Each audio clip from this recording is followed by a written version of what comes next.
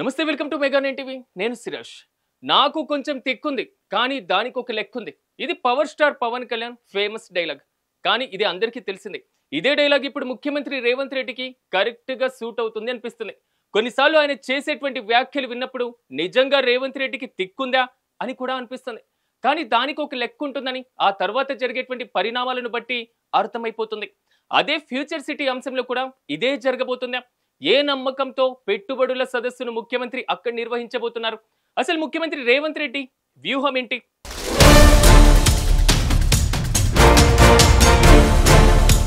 తెలంగాణ ముఖ్యమంత్రి రేవంత్ రెడ్డి పెట్టుబడుల సదస్సును నిర్వహిస్తున్నారు.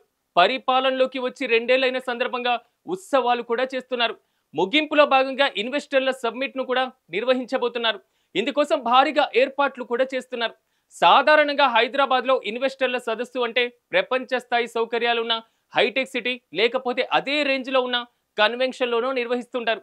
కానీ రేవంత్ రెడ్డి మాత్రం ఇంకా నిర్మాణం ప్రారంభం కానీ ఫ్యూచర్ సిటీలో ఏర్పాటు చేస్తున్నారు.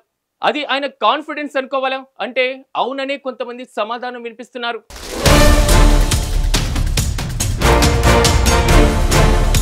రేవంత్ రెడ్డి ముఖ్యమంత్రి అయిన తర్వాత 4th సిటీ కట్టాలని డిసైడ్ అయిపోయారు. హైదరాబాద్, సికింద్రాబాద్, సైబరాబాద్ కూడా ఉన్నాయి. అందుకే 4వ సిటీగా ఫ్యూచర్ సిటీని కూడా రేవంత్ రెడ్డి ప్లాన్ చేశారు. గతంలో కేసీఆర్ ప్రభుత్వం ఫార్మా సిటీ కోసం సేకరించిన భూములు అందుబాటులో ఉండడంతో వెంటనే ప్రణాళికలు అమలు చేసేశారు. ఎలాంటి ప్రతిష్టాత్మక సంస్థ వచ్చినా ముందు ఫ్యూచర్ సిటీనే చెప్పేవారు. ఇప్పుడు అక్కడ కొన్ని సంస్థలకు భూములు కూడా కేటాయింపు జరిగింది. ఫ్యూచర్ సిటీ డెవలప్మెంట్ అథారిటీ కార్యాలయాన్ని కూడా నిర్మిస్తున్నారు. అది సరిపోదని నేరుగా ఇన్వెస్టర్ల సబ్మిట్ ని కూడా అక్కడే నిర్వహిస్తున్నారు. హైదరాబాద్ 3 వైపులా పెరిగింది, కానీ శ్రీశైలం హైవే వైపు అనుకున్నంతగా పెరగలేదు. అటువైపు నగరాన్ని విస్తరించడానికి ఫ్యూచర్ సిటీని ప్లాన్ అనేది బాగా ఉపయోగపడుతుందని నమ్మకంగా ఉన్నారు. అందుకే కావాల్సిన మౌలిక సదుపాయాలు కల్పిస్తున్నారు. అక్కడే పెట్టుబడులు పెట్టాలని అడుగుతున్నారు.